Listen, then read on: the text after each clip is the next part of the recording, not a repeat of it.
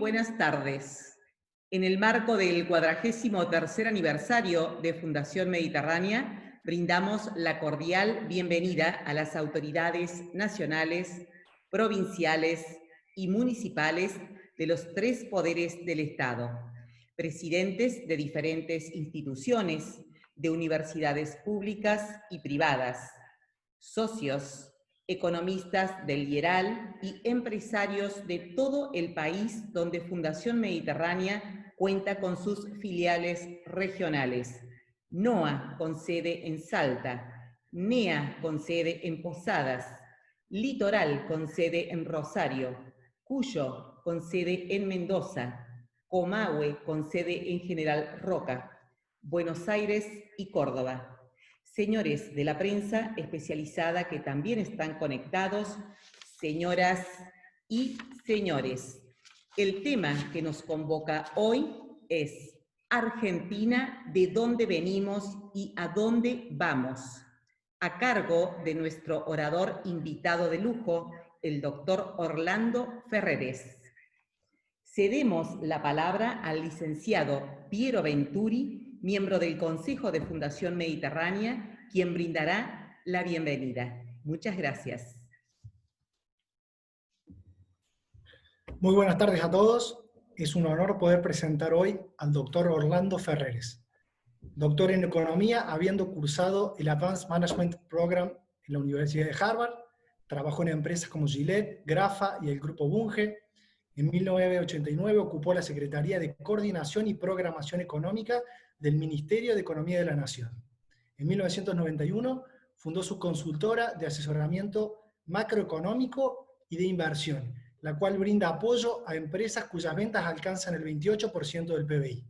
En lo que respecta a Merger and Acquisitions, ha realizado procesos por más de $1.000 millones. En su labor académica, fue profesor de la Universidad de Buenos Aires, participó del grupo promotor de la Universidad Austral, fue fundador y actual director del Centro de Estudios Macroeconómicos de la Argentina, CEMA. También publicó gran cantidad de artículos económicos, principalmente en el diario La Nación. Ahora sí cedo la palabra con ustedes el doctor Orlando Ferreres.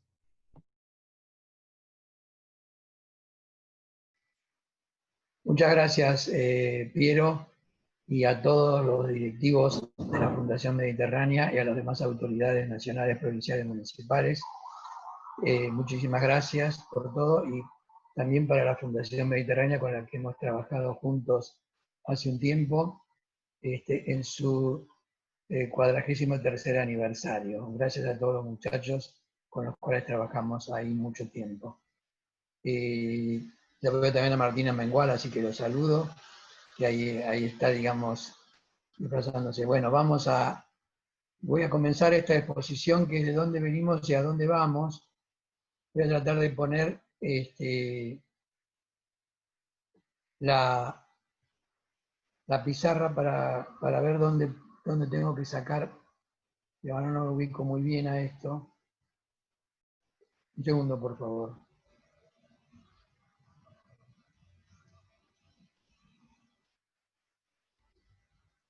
Pero no me sale bien ahora. Así que voy a dejar la presentación y vamos a seguir dando la charla directamente. Venimos de una gran caída en el Producto Bruto, que ha sido de 26,4% en abril con respecto a abril del año pasado. Es la más grande que se registró nunca en la historia argentina. O sea, es la caída más fuerte que hemos logrado realizar de acuerdo a las cifras del INDEC. Ahora, en mayo, después mejoró a 20,6, pero también de caída con respecto a mayo del año pasado. Y las cifras de junio nos dan menos 10,6. En el mes de mayo, con respecto a abril, aumentó 9,2 el producto, pero igual siguió siendo más bajo que en mayo del año pasado. Y ahora aumentó 2% en junio, aunque sigue siendo 10,6% más bajo que el año pasado. Estas son cifras, digamos, que están afectadas sobre todo por la industria, que cayó 34% en abril, después cayó 26% en mayo con respecto siempre al mismo mes del año anterior, y de acuerdo a nuestras cifras de junio, cifras del estudio, tenemos una caída de 12,50 que significa una mejora tanto en mayo como en junio de 22 y de 7,4 respecto al mes anterior. ¿Qué significa esto? Bueno, que la industria se está recuperando de alguna manera, pero aún está 10-12% más abajo que el año pasado. Y eso es lo que hace que la actividad económica en general esté también 10,6% debajo del año pasado. Evidentemente que esta recesión hace que la inflación esté muy baja. Desde hace varios meses que viene dando alrededor de 1,5, 2,2%, y este mes de julio, también va a dar aproximadamente lo mismo. ¿Qué expectativa hay con respecto a esto para, en la medida en que vaya terminando la pandemia? Bueno, que se pueda expandir la cantidad de dinero tal como viene ocurriendo con el déficit del sector público, que ha crecido mucho este déficit. El año pasado era 0,4, 0,5% del producto en lo que es déficit primario. ¿Qué quiere decir déficit primario del sector público nacional? Es todo aquello que ocurre como déficit entre los ingresos de la AFIP y de todas las demás cuentas y los gastos. Pero los gastos han aumentado mucho, básicamente por el IFE, el ATP, aporte para trabajo y producción, y el IFE, ingreso familiar permanente. O sea que eso nos hizo crecer mucho el déficit, porque los recursos han aumentado solamente muy poco, y entonces el déficit ahora es aproximadamente 8% del producto. Cuando llegue el año va a ser un poco menos, quizás 6,5, pero es un número realmente muy fuerte. ¿Cuánto fue el año pasado? Como dije, fue solamente 0,5%. O sea, bueno, ya explicamos un poco cómo veníamos de la recesión más grande de Argentina y ahora estamos por salir. ¿Cuánto va a ser el Producto Bruto de este año en cuanto a caída?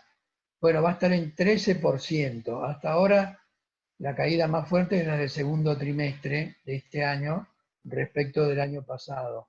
Evidentemente la caída ahora es de 17-18%, casi 20%. No tenemos todavía la cifra del mes de julio, pero va a dar bastante mal. Evidentemente, la recesión entonces generada por la pandemia es monstruosamente grande.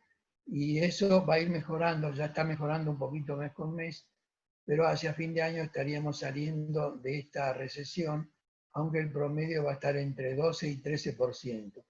¿Qué consecuencia hay que aplicar a esto? ¿Qué condición hay que aplicar a esto para poder decir que va a caer 12 o 13%? Básicamente, que se arregle el tema de la deuda pública.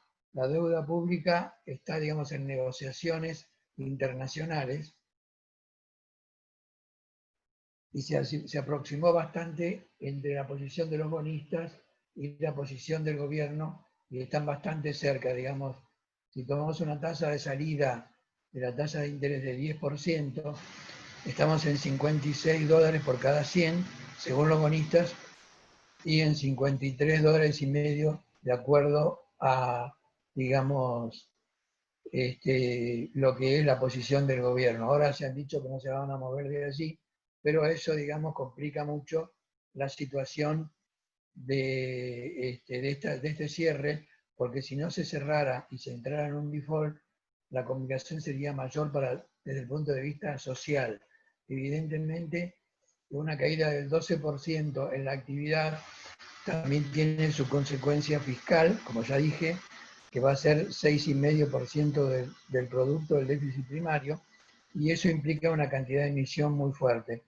Esa emisión no se está dando todavía en materia de inflación, que viene siendo baja, pero evidentemente a medida que nos vayamos alejando del punto más difícil de la pandemia, evidentemente va a haber una inflación mayor. ¿Cuánto puede ser la inflación en un mes? Bueno, puede ser 4%, puede ser 5%. No digo todos los meses, pero en algunos meses. ¿Cuánto daría la inflación en el año entonces? Bueno, daría algo así como 45%. ¿Qué quiero decir con esto? No estamos esperando una hiperinflación, como algunos mencionan, sino una inflación parecida o inclusive un poco más baja que la del año pasado. Es evidente que esta inflación no es como la del 89, que llegó a 46.500.000% anual, el equivalente del mes de julio del 89, porque fue de 296% en el mes. Evidentemente no estamos hablando de esa situación, ni tiene nada que ver con las últimas inflaciones que se han comprobado por el INDEC. Y en el INDEC tenemos a Marco Labaña, que también fue uno de los que hacían el IPC, Índice de Precios al Consumidor del Congreso, en la época en que estaba, digamos, intervenido por Guillermo Moreno. O sea, él está a cargo del INDEC y entonces tenemos confianza en esos números que son buenos. Igual nosotros calculamos un poco antes la inflación y que nos está dando ahora en el mes de julio un aproximado hasta la cuarta semana de 2,2%. O sea, tampoco hay un desvío muy grande en materia de inflación.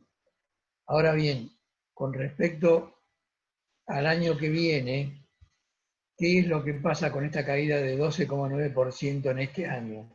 Bueno, el año que viene es un año difícil, un año con elecciones, que tiene como consecuencia la dificultad de que hay que votar encima, también que no es para presidente, sino para distintos senadores, diputados y algún gobernador, pero evidentemente que la cuestión básica es cuánto va a dar el segundo trimestre del año que viene, que va a ser lo que se va a estar publicando para el momento de las elecciones, que son en octubre. Este trimestre, abril, mayo y junio, termina, digamos, ahí a mediados de año, y se va a estar conociendo para el momento de las elecciones. ¿Cuánto daría este trimestre? Bueno, 17,9, casi 18%. Puede ser vendido desde el punto de vista político como un número, digamos, alto, parecido al de China, digamos, en alguna medida.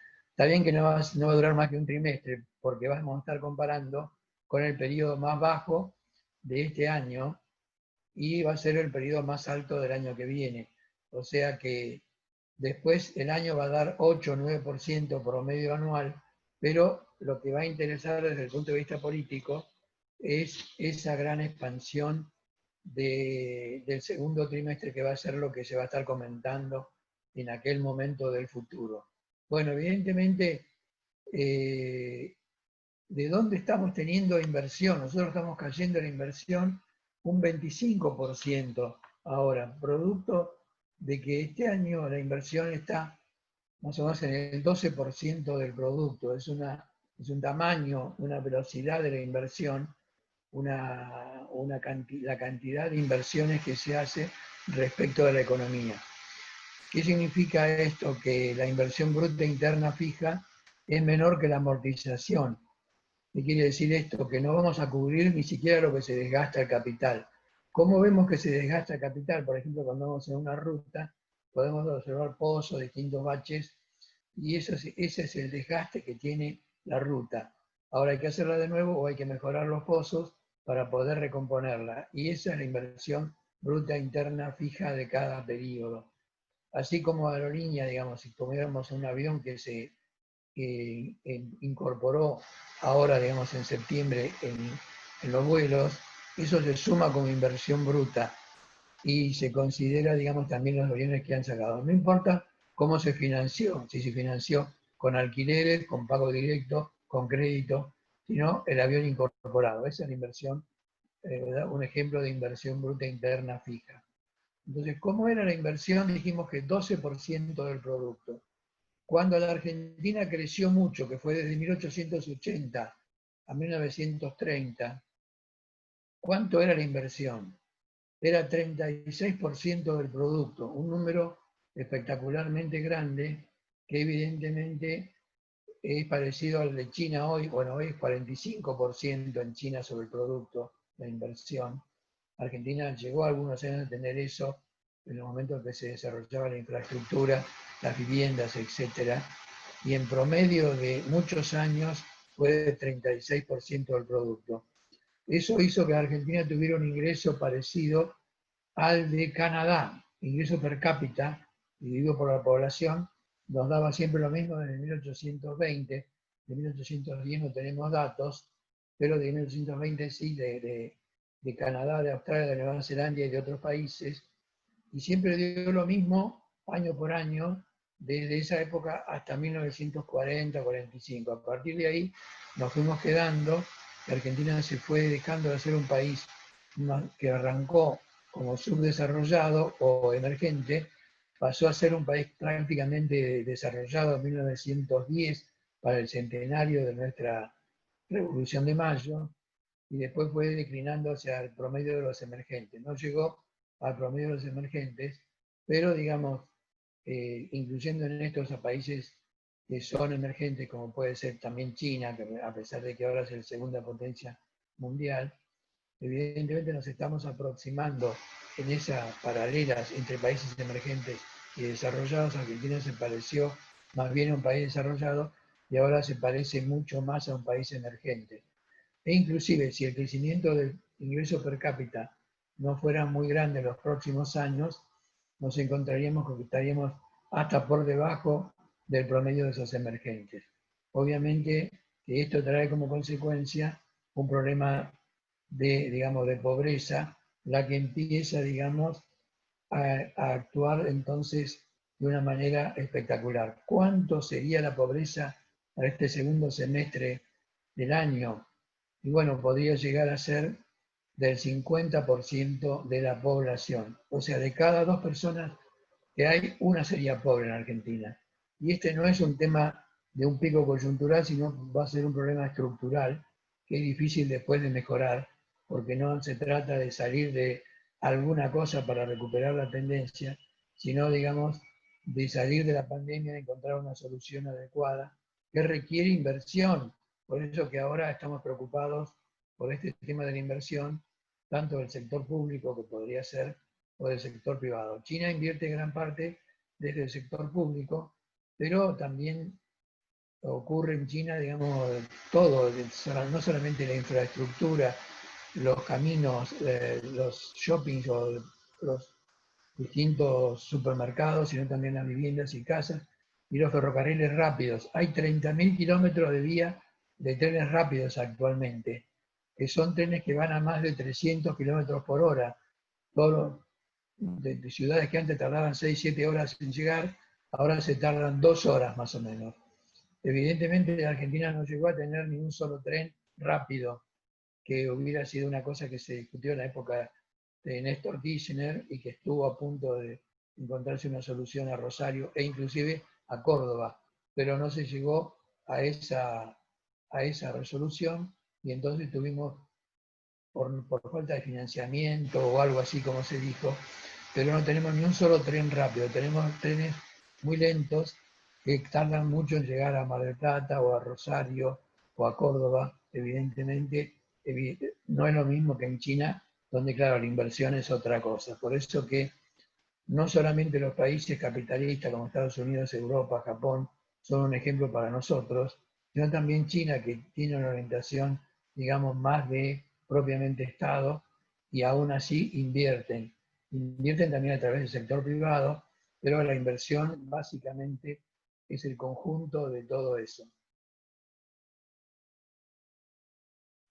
Evidentemente, para nosotros el tema central es el de la inversión. También tenemos control de precios. Otro de los problemas que tenemos ahora, producto, digamos, de las circunstancias, es que hay control de precios. Ya esto lo hemos tenido en la experiencia histórica, por ejemplo, el emperador Diocleciano en el 301 de nuestra era, en Roma, estableció un control de precios para 1.300 productos, y aquel que no lo cumpliera, digamos, tenía el castigo o la muerte. Evidentemente, lo que hacía Diocleciano era gastar mucho, tanto en guerras como en palacios, y eso le exigía cambiar la moneda de oro por plata, o de plata por cobre u otras monedas, y evidentemente, ¿qué es lo que se daba entonces? Una inflación que era irresistible a todos los productos. Tal es así que muchos comerciantes dejaron de producir porque evidentemente no les estaba dando, digamos, el negocio para aguantar esos precios porque la cantidad de dinero era mucho mayor. Acá también tenemos una expansión de la cantidad de dinero de más o menos el 95%, de acuerdo a la nomenclatura de M2, que incluye la cantidad de dinero física, más los depósitos de los bancos en el Banco Central, más las cuentas corrientes y los depósitos de ahorro. Eso está dando 95% de variación anual, que es muy alta. Ahora sí, el Banco Central está cancelando la liquidez a través de las LELIQ, letras de liquidez, que se pagan 38%. Y encima le sobra dinero a los bancos, tal vez así que la tasa entre bancos, interbancaria, está en 13,5%. Es un número realmente muy chico, muy pequeño, en relación al 38%, que es la tasa establecida por el Banco Central para los recursos. Evidentemente hay otras también recaudaciones del Tesoro, pero a una tasa un poco menor. Evidentemente que vamos a requerir del Banco Central que se encuentre una solución a la moderación de la expansión, porque cuando termine el tema de la circulación así con la pandemia, va a haber una expansión más grande de los precios. Evidentemente el control de precios no va a funcionar y ya se está hablando de que habría un congelamiento de las tarifas hasta el 2022 y cosas por el estilo que son más bien políticas, pero puede encontrarse uno con una diferencia muy grande en materia de inflación entonces en el futuro. ¿Qué inflación estamos previendo para el año que viene? Bueno, para el año siguiente estamos previendo un 45% de inflación, porque no va a ser tampoco hiper, pero tampoco va a ser una inflación que baje, debido a las circunstancias de la economía que hacen que el déficit fiscal va a seguir siendo alto. ¿Cuánto es el resultado fiscal del año que viene? 4,1% del producto primario, que también implica una cantidad de emisión necesaria muy fuerte. Eso significa también que vamos a tener una expansión monetaria que no va a ser fácil de controlar. Y después, yendo al sector de lo que es el sector externo, tenemos un aumento muy grande del saldo del balance comercial por diferencia entre exportaciones e importaciones. Pero ¿cuál es la que crece? Bueno, ninguna. Las importaciones bajan más que las exportaciones y eso nos da 18.000 millones de dólares positivos, que van a aumentar un poco las reservas. O sea, yo le diría a Guzmán que no se fije tanto en la poquita diferencia que tenemos con los bonistas, porque lo que va a tener de recursos en el año va a ser bastante importante y puede, digamos, aproximarse más a esa aproximación que hay entre los bonistas y el gobierno. Creo que las reservas internacionales, a pesar de todo lo que pueda hacer el arreglo de la deuda con los bonistas, todavía van a crecer. Estamos en 44, 45 mil millones de dólares ahora. Eso podría llegar a crecer a 50 mil millones de dólares y va a ser un número que va a ser espectacularmente grande. Pero bueno, esto es para decir que estamos más bien propensos a encontrar una salida adecuada de la deuda con los bonistas. Entonces, para resumir un poco, diríamos que estamos saliendo de la caída más grande de la historia argentina y estamos entrando en una mejor situación, pero va a ser una caída del Producto Bruto de 12 a 13%, y el año que viene de 8 a 9% de recuperación, pero muy grande, 8%, 17,9% en realidad. Pero con un gran déficit fiscal primario, este año es el 6,5% del producto, el año que viene sería 4,1%, pero que siempre va a exigir una expansión monetaria adecuada. Y con una cantidad de pobreza que va a ser estructural, de más o menos de cada 2 argentinos, uno será pobre hacia fin de año, que es un número que combina tanto el desempleo como la caída del salario real, que cae más o menos el salario real 11,5% este año, y el desempleo pasa de 9,5 a 10 a 15%. La combinación de ambos nos van a aumentar 15 puntos la pobreza hacia fin de año, y ahí nos encontramos entonces con esta situación tan compleja de un país, digamos, que no invierte y tiene una pobreza tan grande. Este es entonces el resumen. Si nosotros no hiciéramos algo respecto de la inversión como para favorecerla, iríamos pareciéndonos cada vez más, o seríamos cada vez más un país de los que llamamos emergentes, en lugar de ser un país desarrollado. Bueno, muchas gracias. No sé si está completa esta parte, pero yo tenía esto para decir. Muchísimas gracias, doctor. Impecable, como siempre. Gracias a ustedes. Vamos ahora con las preguntas. El señor Fabio Re, del diario La Voz del Interior. Adelante, Fabio, te damos la palabra.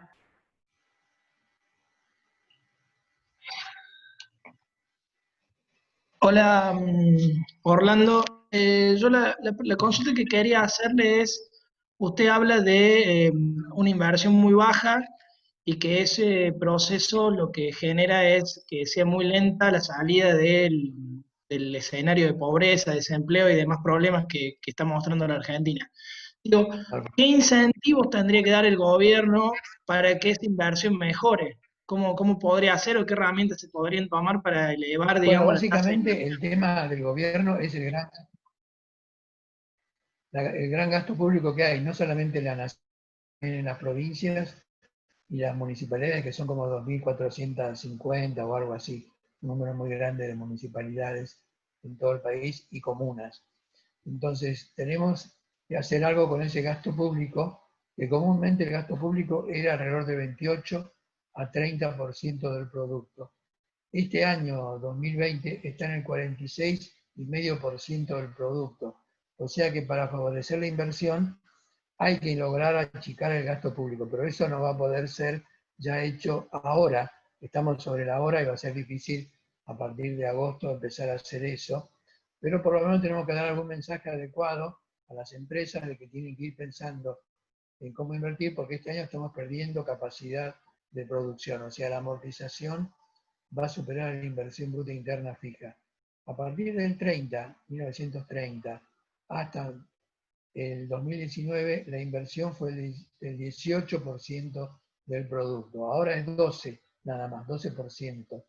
O sea, es muy poco. Evidentemente esto no ayuda a sacar a la gente de la pobreza, que sigue estando, digamos, en una situación tremenda, como implica, digamos, también la toma de tierras y de casas que se está dando ahora acá, por ejemplo, en La Plata, y es un tema bastante dramático el hecho de que tengamos ese tipo de reacciones sociales, pero la pobreza es algo que también viene unida a ese tipo de reacciones. Entonces yo creo que es fundamental bajar el gasto público, ir bajándolo, no se va a lograr en un solo año, pero yo creo que ya se está notando, digamos, que el año que viene vamos a tener el IFE, ingreso familiar permanente, o el ATP, que también han sido algo que aumentó el gasto público este año, y entonces podemos empezar a enfocar una reducción del gasto. ¿Cuánto sería el gasto público tolerable en este momento?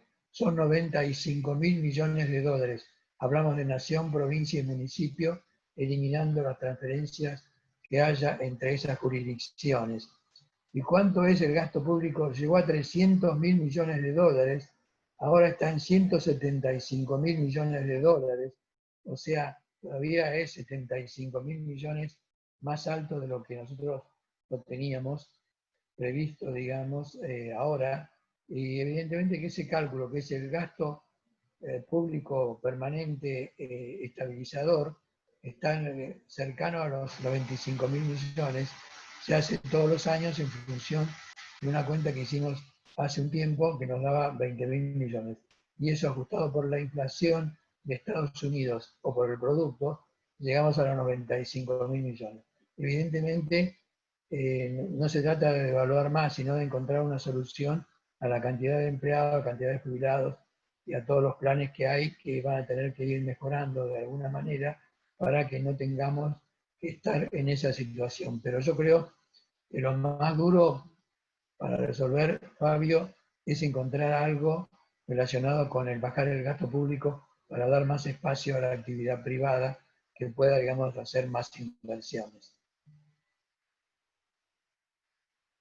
Muchísimas gracias. Continuamos con las preguntas. Le cedemos la palabra al ingeniero Martín Amengual, miembro del Consejo de la Fundación Mediterránea. Después se prepara Candelaria de la Sota y después el señor Eduardo Bonal. Adelante, ingeniero Martín Amengual. Hola Orlando. Hola Martín, ¿cómo estás? Bien. ¿Cómo andamos? Tanto tiempo. Tanto tiempo, ¿no? Primero que nada, agradecerte que estés con nosotros, siempre trayendo tus ideas que son tan claras, y lamentando que tanto que trabajamos esos años para el empleo, para una Argentina diferente, Sí.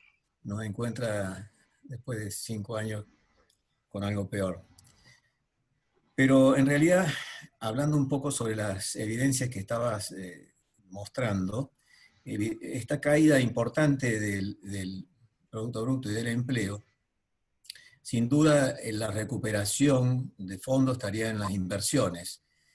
Ahora, esto va a tener una ralentización, dadas diversas circunstancias, que harían necesario a lo mejor pensar en una alternativa de la generación de trabajo medianamente inmediato, poniendo un poco en valor la capacidad ociosa que tenemos y alguna otra producción que, digamos, no necesite de una inversión tan importante, pero que, dado el piso en donde estamos ahora, sería una situación viable de recuperación inmediata.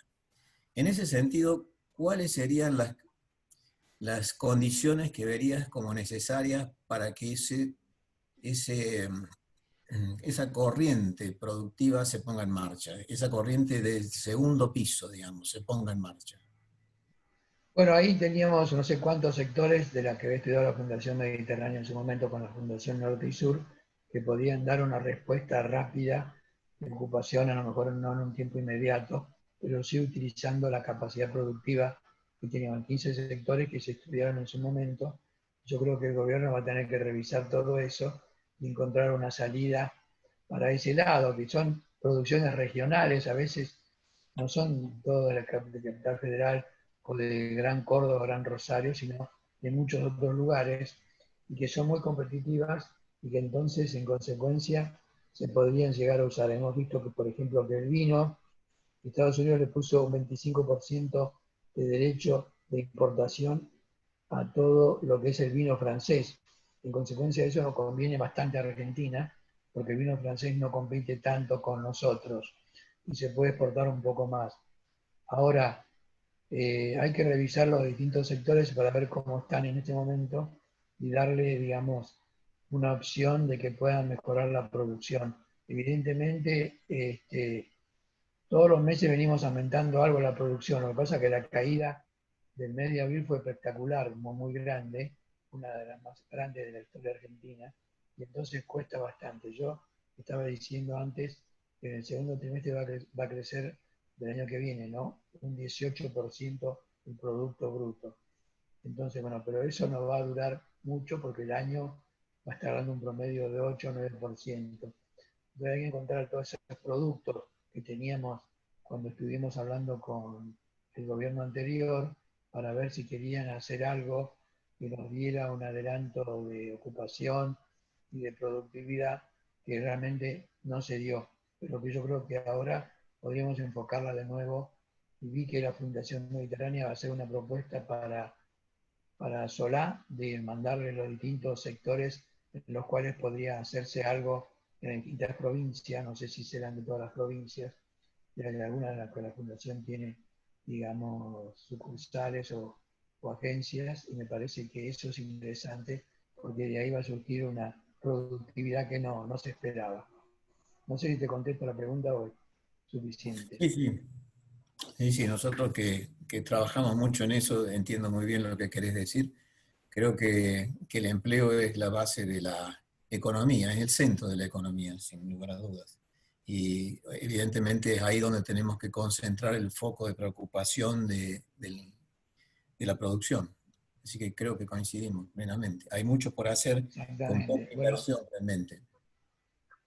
Perfecto, muchísimas gracias. Cedemos la palabra a Candelaria de la Sota, de I Profesional. Se prepara Eduardo Bonal y continuará Alex Daciano. Hola Orlando, ¿cómo estás? Tanto tiempo.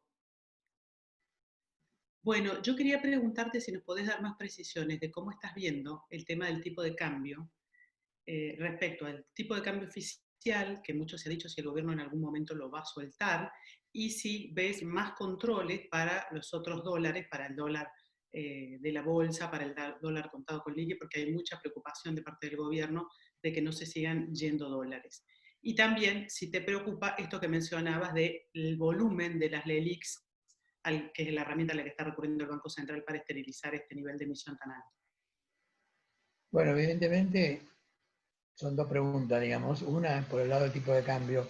Si uno ve el tipo de cambio que hay en Argentina, digamos, tenemos un tipo de cambio para la soja en 48 pesos por dólar, 49. Tenemos el tipo de cambio oficial, el minorista, alrededor de 75. El tipo de cambio con tarjeta está en 97, 98. El contado con liquidación está en 115 o algo así. El dólar bolsa en 113 y el dólar blue 130 o algo por el estilo. Entonces, si uno pudiera decir cuál es el volumen operado en cada uno de esos mercados, tenemos que el promedio está dando 82. ¿Cuánto es la paridad teórica de equilibrio de este momento? Es el número que tendríamos que tener como promedio del tipo de cambio. Bueno, justamente con respecto a Estados Unidos da 82 pesos por dólar también. O sea que está dando el mismo número. Lo que pasa es que la gran devaluación ya la tuvo que hacer Macri en dos corrientes y ahora, digamos, se está manteniendo la devaluación.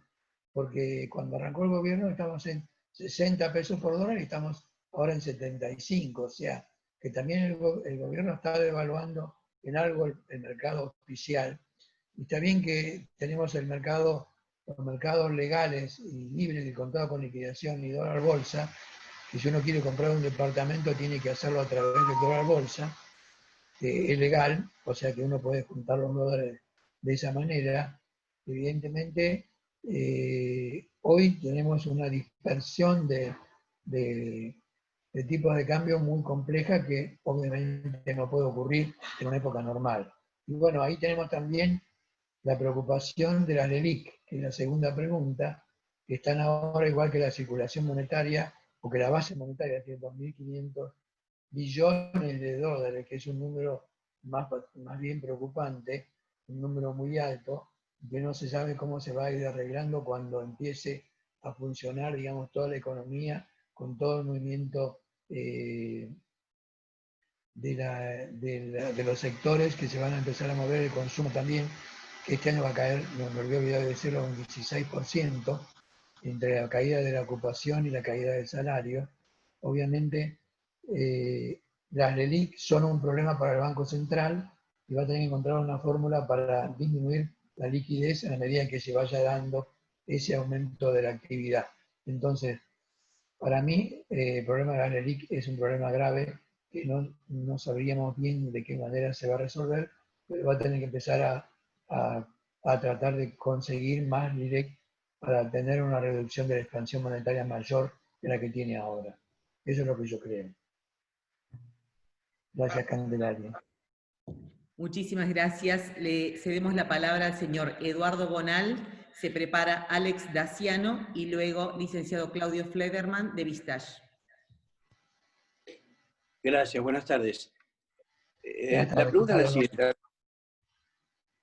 La pregunta es la siguiente. Argentina no se ha caracterizado, especialmente en los últimos 50 años, por ser un ejemplo en materia de seguridad jurídica. Más allá de otras señales que esta administración ha ido dando en estos pocos meses sobre contradicciones y cuál es una potencial orientación que a los inversores les puede generar preocupación, ¿cómo ve en materia de seguridad jurídica el avance sobre la Corte Suprema?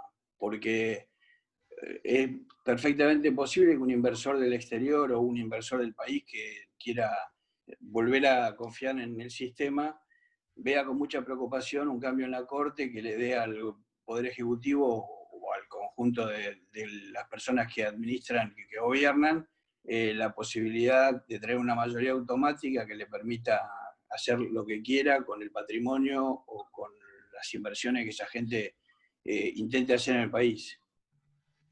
De acuerdo, la pregunta es, ¿qué pasa con la Corte Suprema? Si hay bastante preocupación con eso, porque el hecho de los asesores que han sido nombrados en ese equipo para resolver o por lo menos proponer algo en un plazo X sobre la Corte Suprema no es muy favorable y la oposición lo ha tomado con mucha preocupación, mejor dicho, y tal es así que no van a ir a las reuniones que han sido citadas y eso significa que va a haber un problema serio. Evidentemente que, digamos, la actual vicepresidenta y jefa del Senado trata también de solucionar sus problemas jurídicos de alguna forma, y bueno, una de las maneras que encuentra es de que ahora por ahí aumente la cantidad de miembros de la Corte Suprema, pero eso para un inversor extranjero va a ser preocupante, porque entonces, ¿cuál sería la Corte Suprema? ¿Serían varias cortes? A lo mejor había 3 cortes, no se sabe, queda un poco en la duda todo eso. Pero es evidente que en un momento de pandemia no es el momento para estar moviendo la cantidad de gente que tiene la Corte Suprema, salvo que hubiera algún otro motivo, como puede ser el que dije. Entonces, bueno, tenemos ahí una preocupación que no solo es de los inversores extranjeros, sino de todos los argentinos, que estamos preocupados por ese eventual cambio que podría o no ocurrir.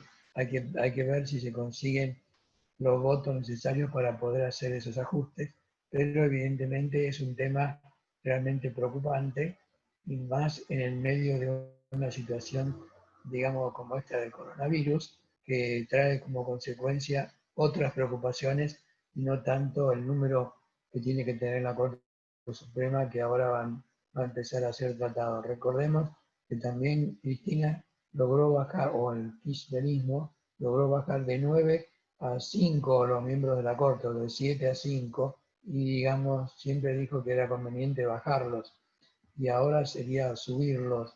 Entonces, bueno, no es muy fácil de explicar eso para un inversor que viene a ver cómo es la Argentina y que la demanda que puede tener, cómo sería la parte jurídica o la estabilidad jurídica, va a quedar bastante en la duda, yo creo. Gracias, Eduardo. Perfecto, muy bien. Adelante, señor Alex Daciano, y se prepara el licenciado Claudio Fleiderman de Vistage y después Osvaldo Sicardi. Buenas tardes, doctor. Antes que nada, quiero expresarle mi profunda admiración. Es uno de los grandes economistas que además habla de números y no solamente de economía política. Entonces voy a abusar un poco. Bueno, mi formación es primaria, mi alma mater, soy ingeniero. Luego sí estudié economía y finanzas, y represento al New York Finance. Pareciera ser que sus expresiones respecto de previsiones son ceteris paribus del precio de nuestros commodities. Nosotros tenemos una matriz, a ver, su explicación respecto del tema doméstico es indiscutible. Poco puedo preguntar. Y respecto del tema político, creo que más o menos todos tenemos una... Pero nuestra matriz económica está muy concentrada en el valor de nuestros commodities, que a su vez se ve influenciado por el precio, por las políticas monetarias de los países centrales. Entonces, maestro, ¿usted puede darnos una opinión al respecto? La recesión mundial parece que importará seguramente facilidades cuantitativas. ¿Pueden favorecernos los precios de los commodities? Porque, por ejemplo, en 2001 teníamos un valor de la soja de 110, en lo mejor de los Kirchner de 650, y asumamos como fantasía de que las políticas cuantitativas son no sé cómo, podrían llevarnos nuevamente a los valores de la soja, y ahí tendríamos unos 50.000, 70.000 o 80.000 millones de dólares para justamente resolver todos los problemas que estoy mencionando. Ahora, a su vez, si se produce una situación distinta, podemos volver a un 110 de la soja y con un cuadro muy, muy agudo. Entonces, me gustaría saber qué facilidades cuantitativas usted cree que se puede producir, si la recesión mundial va a importar la necesidad de facilidades cuantitativas y qué de tipos, porque dado que las tasas referenciales internacionales son muy bajas, podemos tener esa ilusión, y en este aspecto, evidentemente, da lo mismo si el dinero ingresa por aumento de la valorización de los transables o por la inversión. ¿Qué influencia tiene este nimbo en el que estamos viviendo en cuanto al posicionamiento geoestratégico?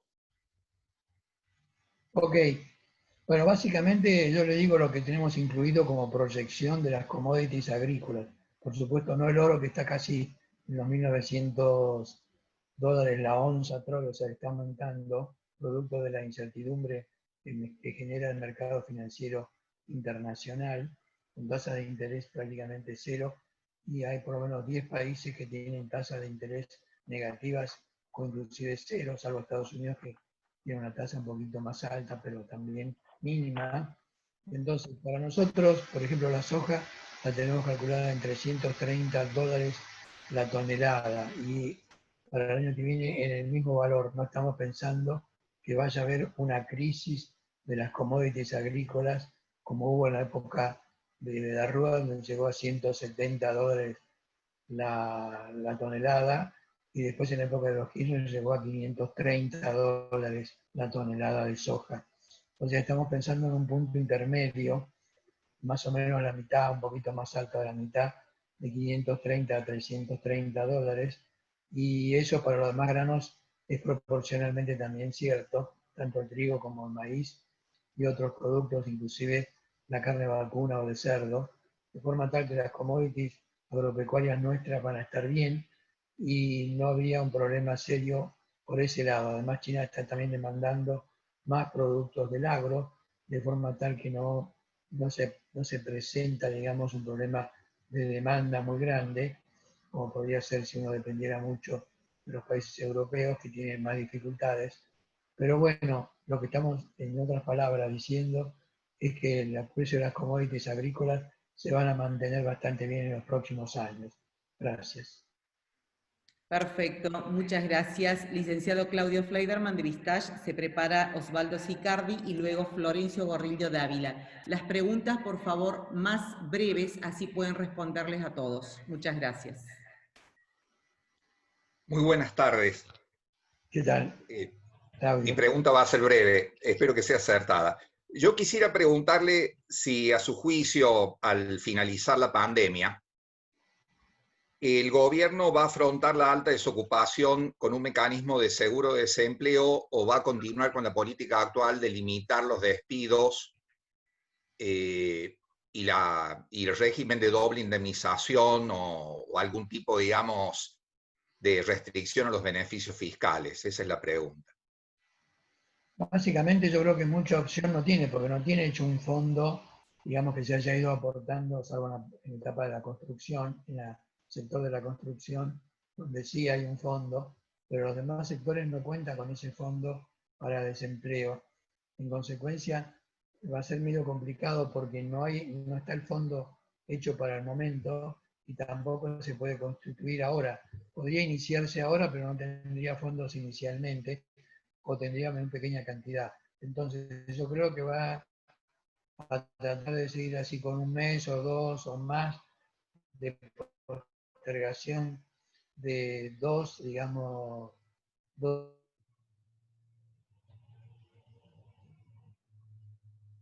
Evidentemente, son temas que no van a poder postergar la realidad del desempleo, porque este va a ocurrir de todas formas. Así que yo creo que es más bien un tema de qué es lo que puede hacer el gobierno, más que lo que debe hacer. Lo que debería hacer sería tener un mecanismo sindical en el cual todos los sectores ahorren una cantidad para cuando queden desempleados. Pero eso ya no se hizo en su momento, o sea que ahora, salvo la construcción, salvo que ahora entonces es difícil de poder realizar. Me parece que entonces va a seguir más o menos como hasta ahora, con prohibiciones, y ese tipo de cosas, pero que van a ser difíciles de encontrar la solución en forma práctica. No le veo una solución muy sencilla al tema que ustedes plantean. Gracias. Muy bien. Osvaldo Sicardi, por favor. ¿Respondí, Claudio? Sí, por supuesto. Muchas gracias. De todos modos, si me permite, la reflexión es, a la salida de la pandemia, ¿qué va a hacer el gobierno para mantener el país socioeconómicamente en equilibrio con la catarata de despidos que creo que se van a avecinar? Sí, bueno, yo también pienso lo mismo, que puede haber una catarata de despidos que puede aumentar el desempleo al 50% más, de 10 a 15, que va a ser un número espectacularmente grande. Ya hemos tenido cifras como esas en el pasado y han sido muy dolorosas para todos los argentinos. Estimamos estar, digamos, bastante mejor. Evidentemente, creo que la complicación va a ser grave, pero no habría una solución más que la que podría aplicar el gobierno, que como no la tiene ya hecha de antemano, va a ser un poco difícil de encontrar la solución. Evidentemente, ese es el problema, que no hay solución para el problema cuando ya está planteado en la práctica, como está ahora. Entonces, partiendo de ese punto, yo creo que va a ser más complicada la vida social, va a ser muy difícil y el desempleo va a crecer grandemente y también la pobreza, ¿no? Perfecto, gracias. Florencio Gordillo Dávila, adelante, y se prepara Natalia Muscatelli de Clarín.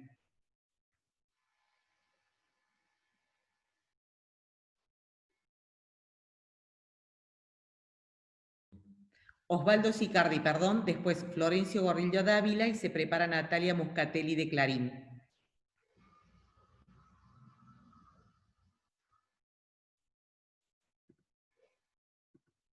No lo escucho. Osvaldo.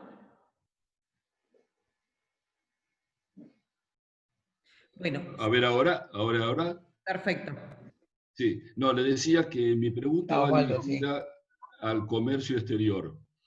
Yo tengo más de 50 años de comercialización internacional, tanto en el Brasil como en la Argentina, de productos siderúrgicos. Y el objetivo siempre que hemos tenido en materia de comercio exterior ha sido que la exportación no exporta impuestos.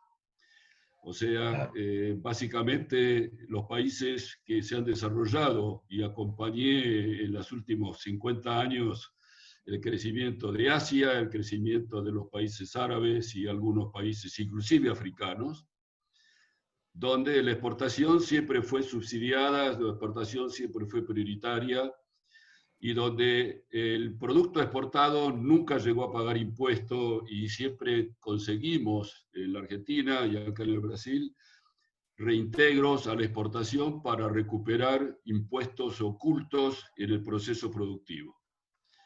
Entonces, resulta que en la Argentina estamos con un problema de producción de divisas y le generamos problemas a los exportadores. Retenciones, dólares devaluados, como usted dijo, el agro con un dólar a 47, 48.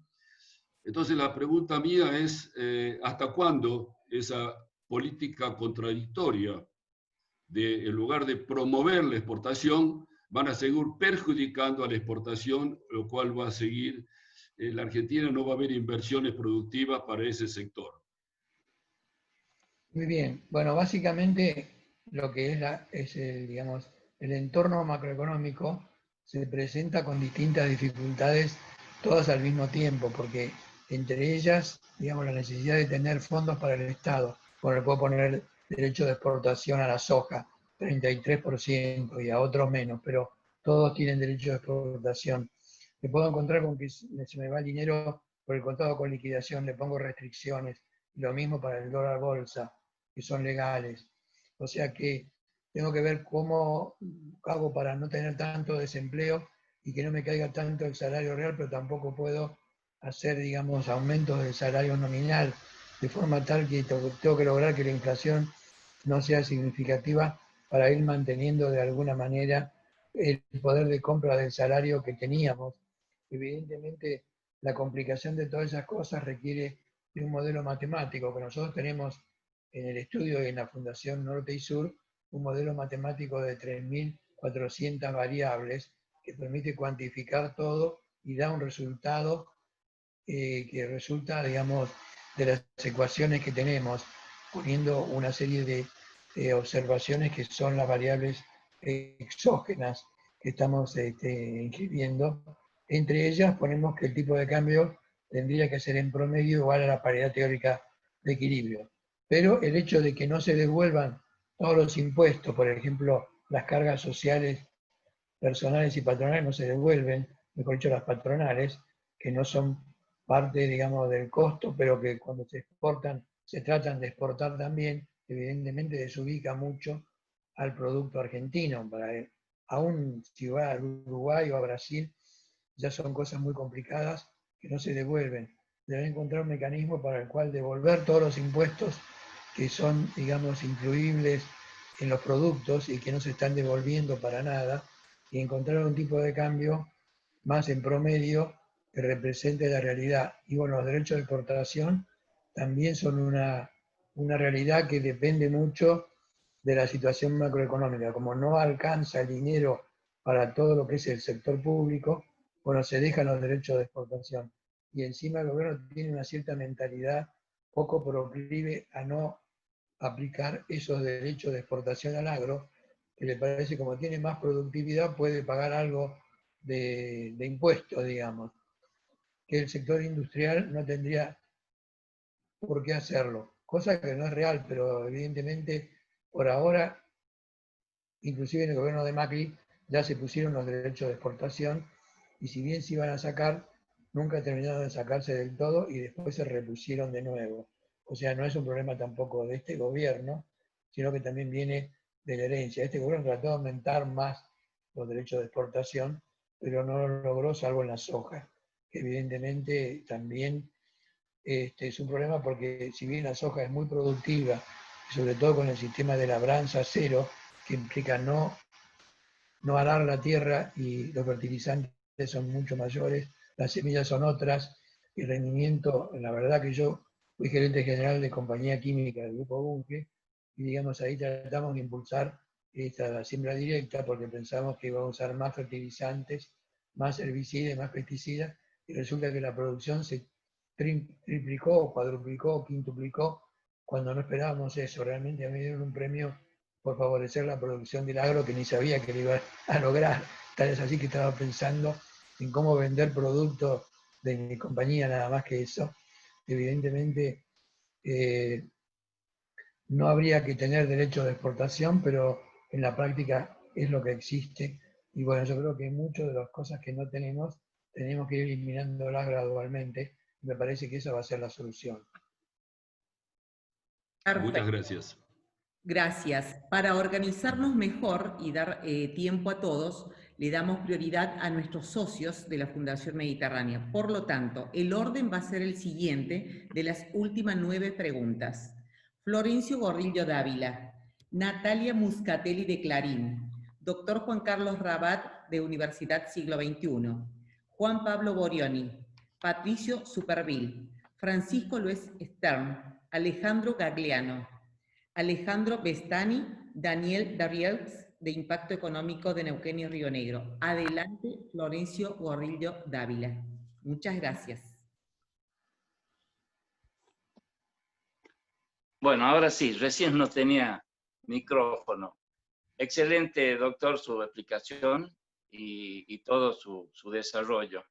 Bueno, es la preocupación que tenemos todos, mucho de futurología, lo que voy a hacer la pregunta, pero ¿usted considera de que a partir del año 30 Argentina no levantó más, digamos, en su economía y en función de eso, alguna vez volveremos a tener un desarrollo como el que tuvimos en esa célebre generación del 80?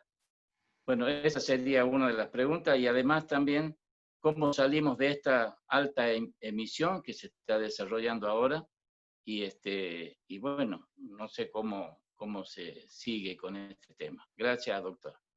No, de nada. Bueno, con respecto a la primera pregunta, se trata de inversiones realizadas porque hasta 1930 la inversión era el 36% del producto, o sea, lo que llamamos el ritmo, la velocidad de la inversión era adecuado como para lograr un crecimiento del producto que venía creciendo al 5,5% promedio anual per cápita. Evidentemente eso nos ubicó de ser un país muy intermedio a estar dentro de los 8 o 10 primeros países por ingreso per cápita. Es así que los italianos, mis abuelos, que eran españoles, vinieron a la Argentina porque acá ganaban el doble o más de lo que ganaban en España o en Italia. Entonces la Argentina pudo pagar más porque invirtió más. Ahora, después de 30, el promedio de inversión es la mitad. En vez de ser 36, es 18%. Eso nos hace crecer mucho menos y tener muchas más dificultades para ocupar a la gente. Y entonces no hay tanta modernización ni tantas cosas al día por parte de la mayoría de los argentinos. Y las industrias empiezan a sufrir un poco, no todas, porque hay industrias muy al día internacionalmente, que se yo, la fábrica de cajas, de cambio, están, creo que en Córdoba, Tucumán, evidentemente funciona muy bien y son exportadas a otros países y son un ejemplo de lo que se podría llegar a hacer. También las máquinas de imprimir IBM se hacen en Vicente López y evidentemente son competitivas a nivel internacional. Pero ahora estamos hablando de qué inversión vamos a tener este año y el año que viene. Y bueno, eso uno no lo ve porque inclusive el ejemplo que se da es que las empresas no son lo atractivas que podrían ser de acuerdo al gobierno, y en consecuencia como que desanimamos cualquier inversión que quieran empezar a pensar. Me parece que ese es un problema bastante serio que estamos teniendo ahora y que tendría que cambiar pronto, porque si no uno se encuentra frente a esas dificultades. Evidentemente el problema actual es cómo hacer para que no haya pobreza y desempleo y que mejore el salario real. Para eso la única salida es inversiones tanto del Estado como del sector privado y que tenemos que lograr, yo digo que pase el 18%, hoy estamos en 12% del producto, evidentemente una inversión del 25 al 30% del producto, no digo 36 como tuvimos en promedio la otra historia nuestra que ya nos olvidamos, sino de que sea por lo menos de 20, 25, no digo 20, porque 20 es poco también, por lo menos 25% del producto. Entonces, bueno, si logramos tener esa inversión, podemos considerar que hemos pasado al otro lado del río, al Uruguay, digamos. Perfecto. Vamos con Natalia Muscatelli de Clarín y se prepara el doctor Juan Carlos Rabat.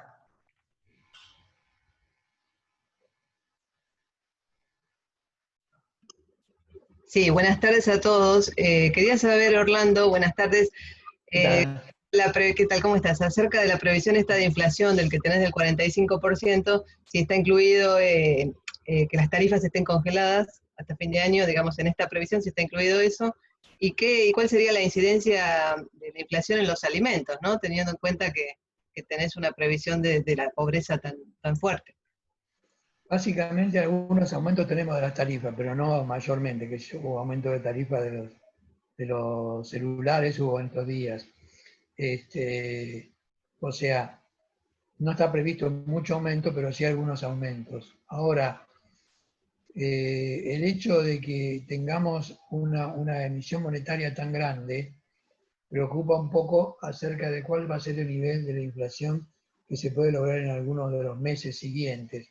Nosotros estamos poniendo para algunos meses 4 o 5% para llegar en el año a 45%, pero es un número que obviamente puede ser un poco optimista para muchos que están diciendo que se viene una hiperinflación, cosa que no es real, ni hay condiciones de hiperinflación, porque la inflación de los últimos meses fue del 2%, digamos, 2,2%.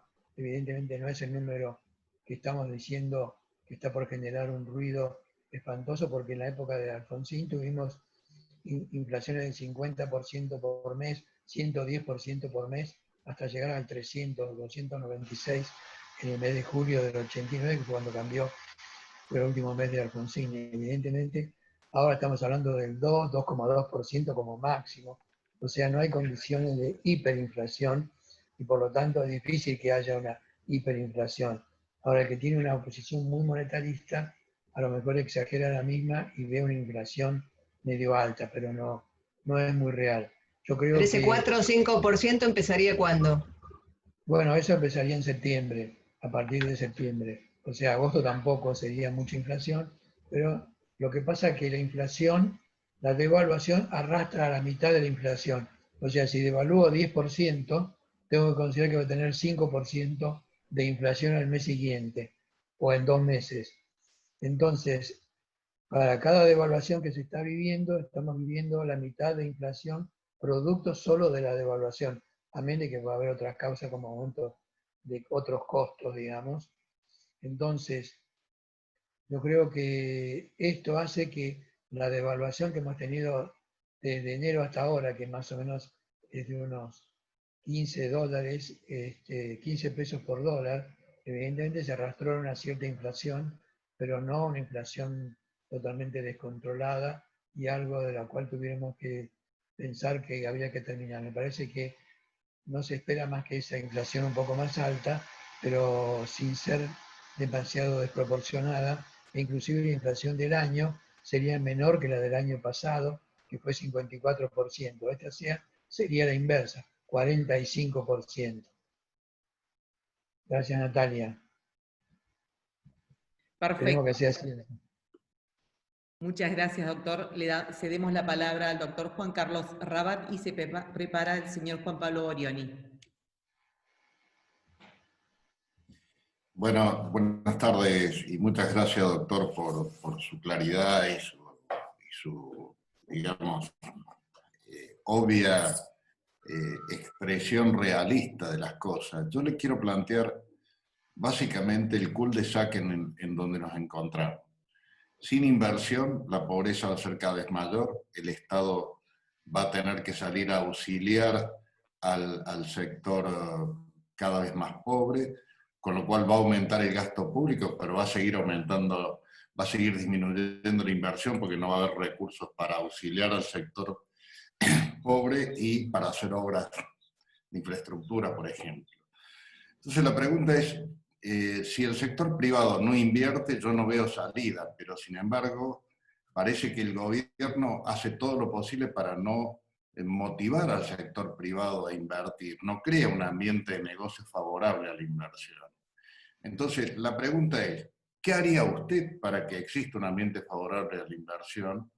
O si realmente podemos pensar que el gobierno, digamos, liderado por la ideología de algún sector extremo del peronismo, puede estar pensando en socializar los medios de producción y socializar la inversión como solución al cul-de-sac donde nos encontramos. Bueno, en principio yo diría que ayer estuve hablando con Bernardo Korsakov, que es especialista en inversiones, dio clases a 15.000 personas en los últimos tiempos en la UBA. Él dijo, bueno, que para la inversión, la única cosa que interesa en el corto plazo son el equilibrio de las variables macroeconómicas.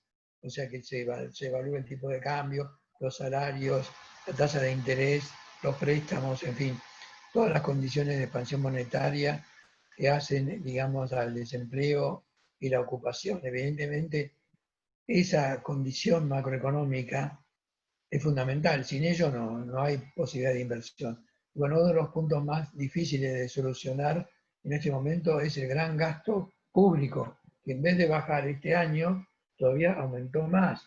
Evidentemente, ese es un problema serio que no tiene una solución muy rápida, más que la ideología predominante en el gobierno es hacia el gasto público, por lo menos no están pensando en que el gasto público es excesivo, sin embargo es bastante excesivo, porque el promedio histórico demostró que cuando pasa de 28-30% del producto del gasto público consolidado, eso ya empieza a ser un problema y no hay inversiones. Entonces hay que ir volviendo a ese nivel, yo creo que todavía falta bastante y hay que arreglar algunas variables macroeconómicas. Nosotros tenemos ahora una lista de 150 medidas digamos, la hicimos actualizada, pero no para hablar con el gobierno, sino para tenerla por las dudas de que alguien quiera preguntarnos algo de forma específica, y tenemos para cada uno de los 150 temas que son claves una solución, pero llevaría mucho tiempo hablar de cada uno de esos 150 temas, que evidentemente, le digo, tiene que hacer un equilibrio macroeconómico fundamental para que haya inversiones. Perfecto, doctor. Cedemos la palabra al señor Juan Pablo Gorioni. Se prepara Patricio Superville.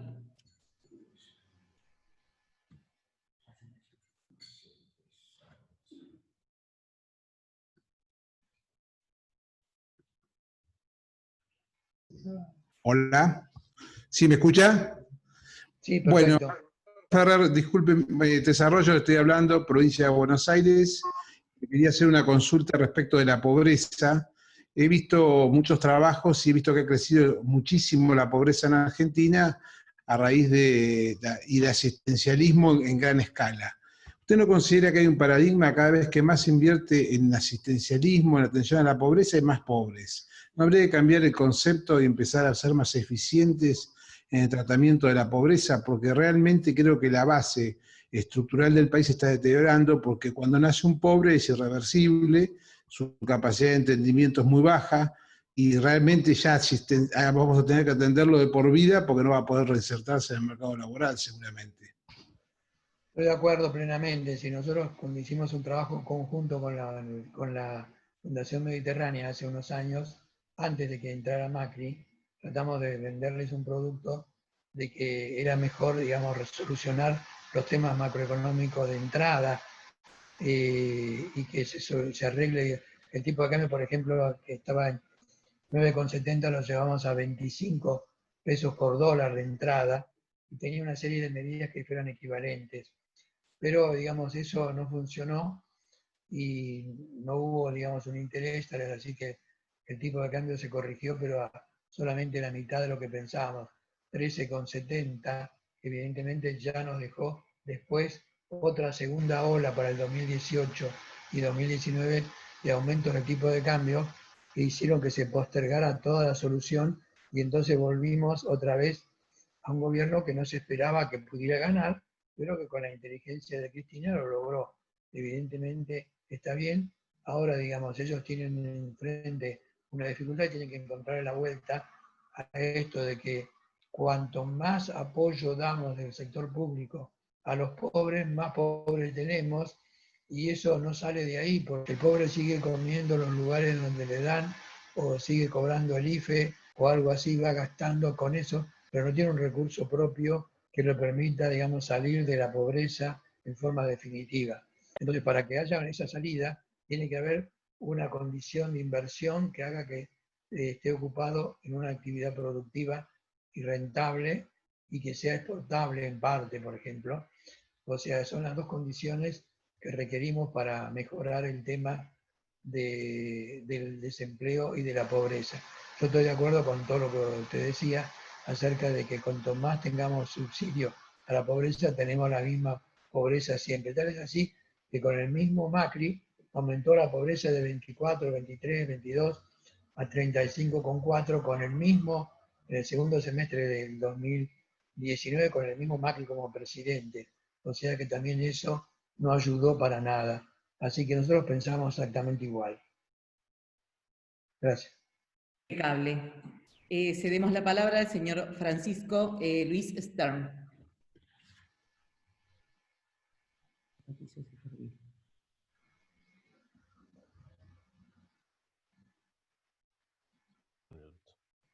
Buenas tardes.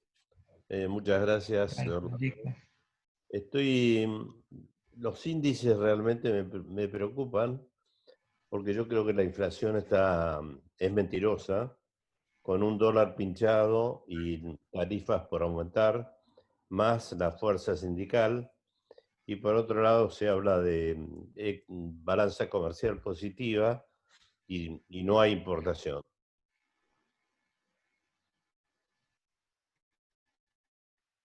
Sí. Eso es mi pregunta. Bueno, esa es una realidad más que una pregunta, porque es lo que está pasando en este momento.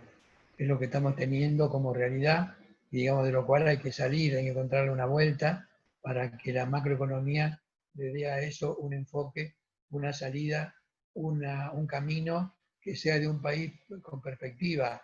Si Argentina no tiene perspectiva, evidentemente no podemos encontrarle a eso ningún tipo de solución y vamos a seguir con la pobreza, con el desempleo, con la falta de inversiones, con el exceso de gasto público, en fin, con todas las distintas medidas que son una realidad incontractable. Yo creo que el gobierno tiene necesidad de encontrar una salida a eso y para lo cual tiene que encontrar la vuelta para empezar al tema del gasto público, que en las provincias ha crecido la ocupación de las provincias en los últimos, desde Cristina hasta ahora, un 73%, cuando la población aumentó 23%.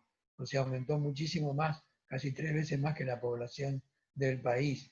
Y eso ocurrió en las provincias. Por eso que las provincias hoy se encuentran con serias dificultades de gasto y no les alcanza el dinero, pero tienen también muchos empleados públicos. Y también la jubilación, que pasó de 3.800.000, 4 millones, a casi el doble ahora, evidentemente porque se cuidó mucha gente sin haber hecho los aportes, y eso trae como consecuencia una gran gasto público en jubilaciones y pensiones, que obviamente están trayendo como consecuencia, digamos, este aumento del gasto público que es difícil de bajar.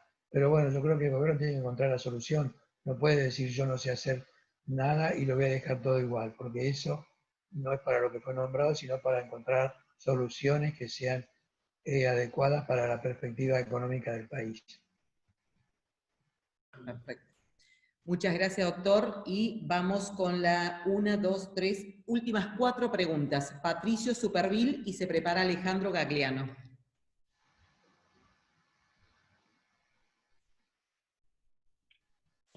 Sí, doctor Ferreres, muchas gracias por sus conceptos siempre muy atinados y certeros.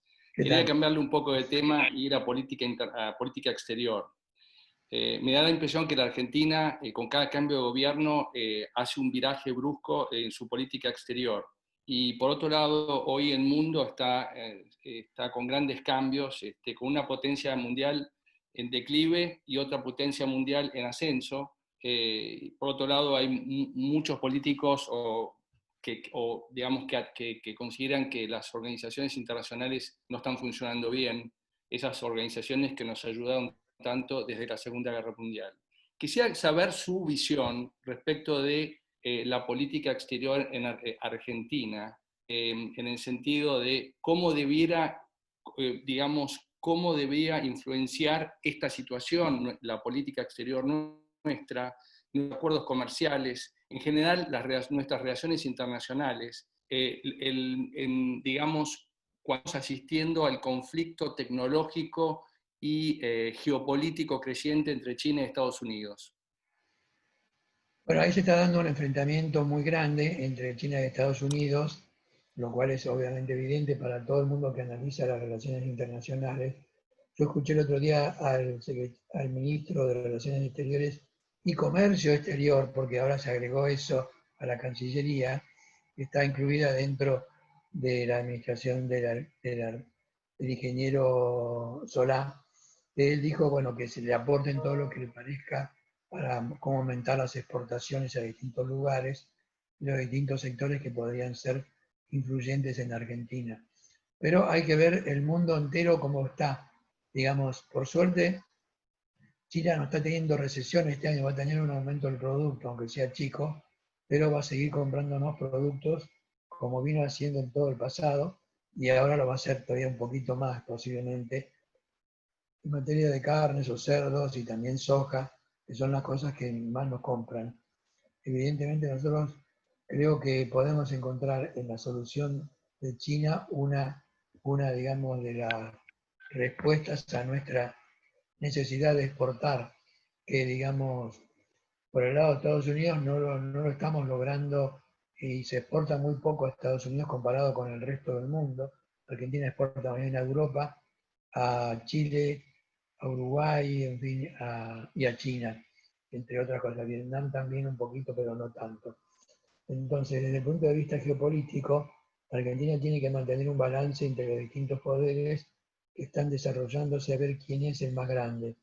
Según como midamos el Producto Bruto de China, según el tipo de cambio que lo midamos, si lo medimos a 7 yuanes por dólar, eso significa que estamos un poco lejos de Estados Unidos, pero si lo medimos un poco más, como es la paridad teórica de equilibrio, a 4,50 yuanes por dólar, evidentemente ya está igual que Estados Unidos, o sea, son dos potencias del mismo nivel económico en la práctica que están disputándose la tendencia mundial. Evidentemente, las prohibiciones y todo lo que son derechos de importación y las limitaciones geográficas a los productos que vienen de China o sus derivados son también un error, porque evidentemente eso lo que hace es retrasar un poco más el desarrollo, pero no encontrar una solución. A mí me parece que el desarrollo del mundo está bien con dos países que han estado bastante quedados, el caso de China con la dictadura de comunismo, que llevó a que en 1950 China representara solo el 5% del Producto Bruto Mundial, cuando desde el año 0 de Cristo representaba el 25%, después llegó al 30% del Producto Mundial. Y ahora está en el 12-15% del Producto Mundial, pero con Estados Unidos un poco más arriba. Ahora, China siempre fue el principal país del mundo. No era quizás como uno tiene la idea de que solo estaba el Imperio Romano, también estaba todo el Imperio Chino, que era la otra mitad del globo en cuanto a poder económico. Por supuesto que el tipo de cambio que se aplicaba en esa época, ahora se han hecho cálculos, pero da para calcular que China exportaba el 30%, el producto de China era el 30% del producto mundial. Evidentemente, hoy tenemos una reconfiguración geopolítica que hace que Estados Unidos y China se quiera ver quién es el que maneja.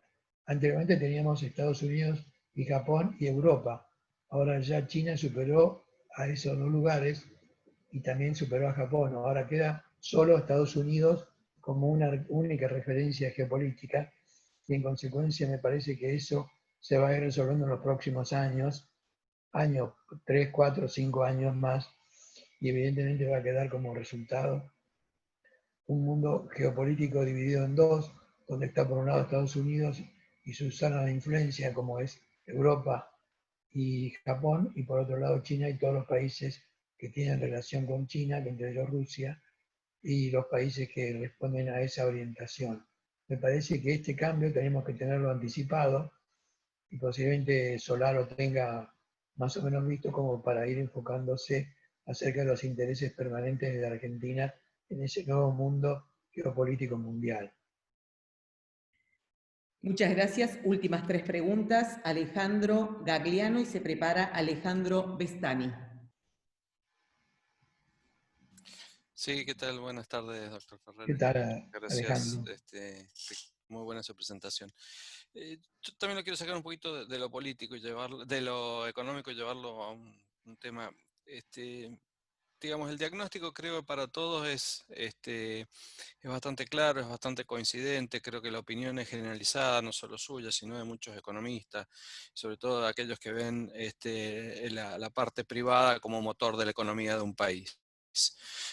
Ahora, lo que me llama poderosamente la atención es que no podamos expandir nuestra visión más allá de estos ámbitos de discusión para poder fijar un norte como país.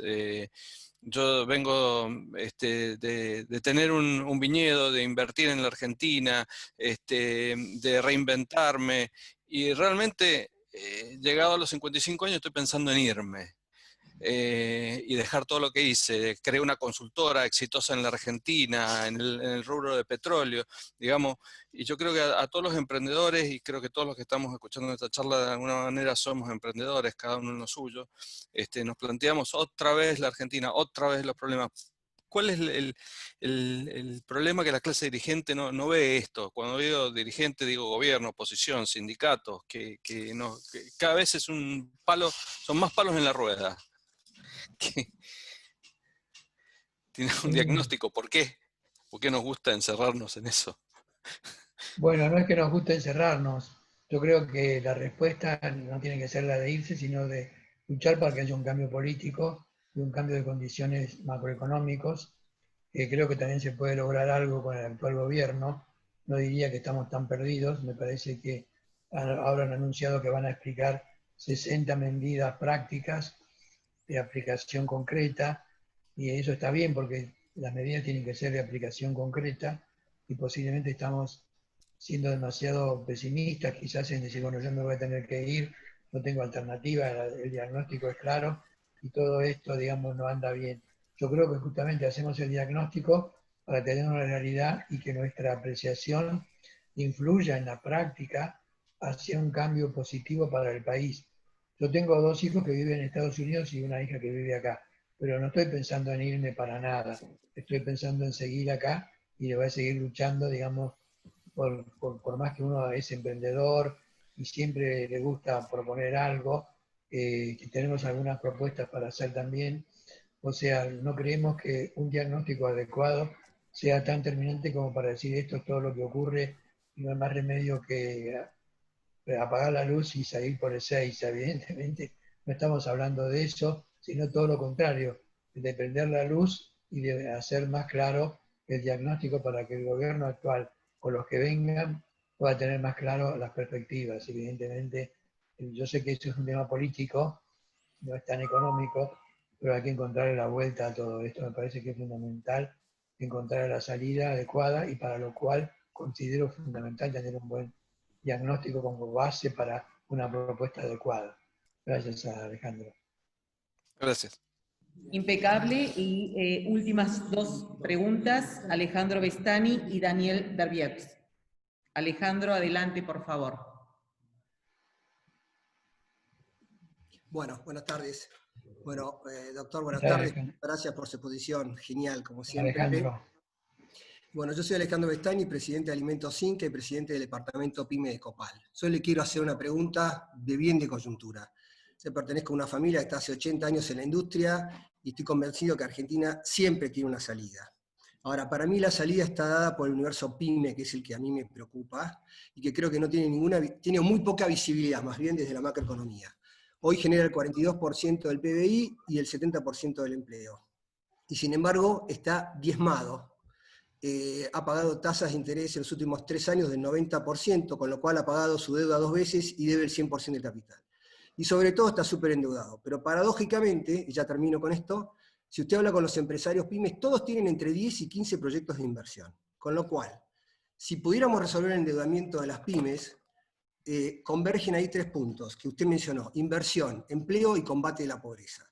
¿Usted ve alguna posibilidad de que el endeudamiento que no nos permite acceder a ninguna línea nueva de crédito pueda resolverse de alguna manera con bajada del Estado, parecido a la fórmula del pago de la deuda externa, con descuentos importantes, de manera que esto sea posible y viable, y se sacara esta mochila pesadísima y generar una apertura para el futuro de empleo y también de exportación de las pymes?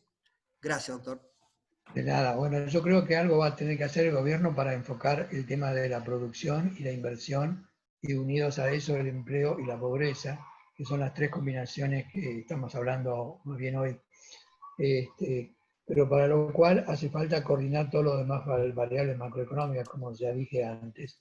Evidentemente, el sobreendeudamiento de algunas pymes es complicado porque se encuentran frente a una realidad, digamos, macroeconómica que les impide seguir, aunque tengan 15 proyectos de inversión por cada uno, o por lo menos para algunos sectores. Evidentemente hace falta que el gobierno también tome un poco la rienda de ese endeudamiento y diga, digamos, de qué forma se puede encontrar una salida para las pymes. Me parece que es fundamental ahí encontrar una solución, así como se encontró para el IFE o para el ATP, una solución para las pymes que den una salida más realista y más práctica también, porque para el gobierno sería bueno que disminuya la pobreza o el desempleo, o que el salario real no caiga tanto. Evidentemente, si esto lo logra con una orientación adecuada, yo creo que ahí estaríamos bien, Alejandro. Me parece, esa es un poco la idea, y yo apoyo esa idea. Muchas gracias, totalmente de acuerdo. Gracias. Perfecto. Última pregunta de parte de Daniel Darbieux, de Impacto Económico de Neuquén y Río Negro. Adelante, por favor, Daniel.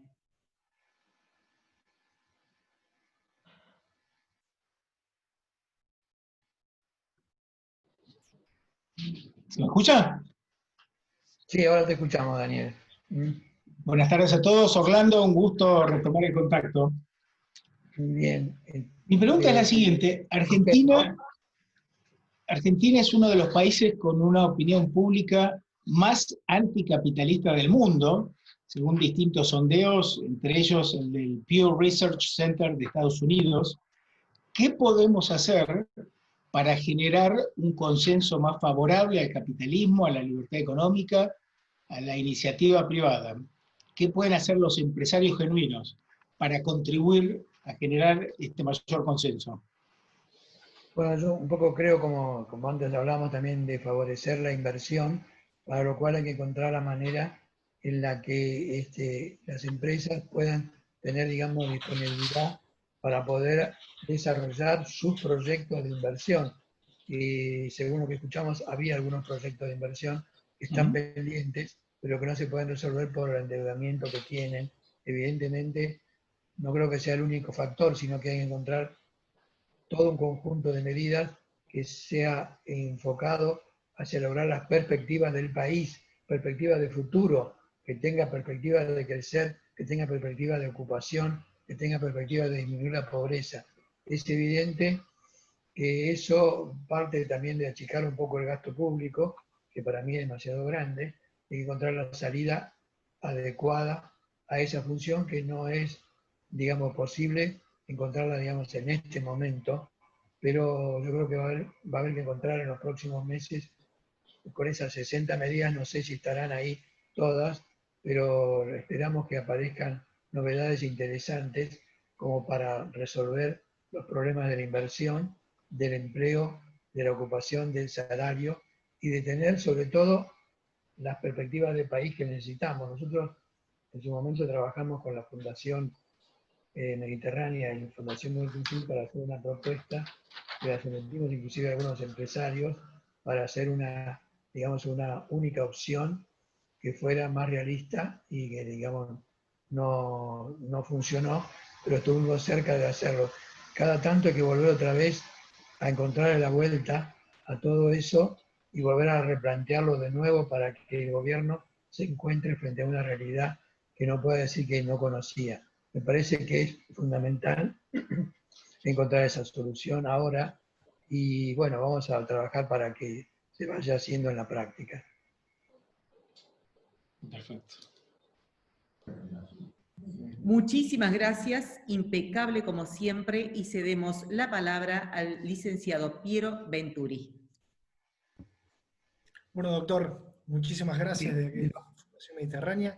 Muy buena la exposición, muy claro como todos, como siempre. Esperamos tenerlo nuevamente. Buenas tardes. Esperemos que funcione, digamos, también los cuadros que no anduvieron. Así que igual dimos las preguntas de todas maneras bastante amplias que nos hicieron. Y bueno, le deseo a la Fundación Mediterránea en su 43 aniversario, 43 aniversario de la Fundación, que tenga el éxito que todos deseamos. Y también a la presidenta y a todos los que están trabajando ahí, Martín Mengual y a Miriam, y bueno, para Piero también, por supuesto. Muchísimas gracias. Muchísimas gracias, Orlando, un gusto. Un aplauso igual como cada una de nuestras reuniones. Y continuamos.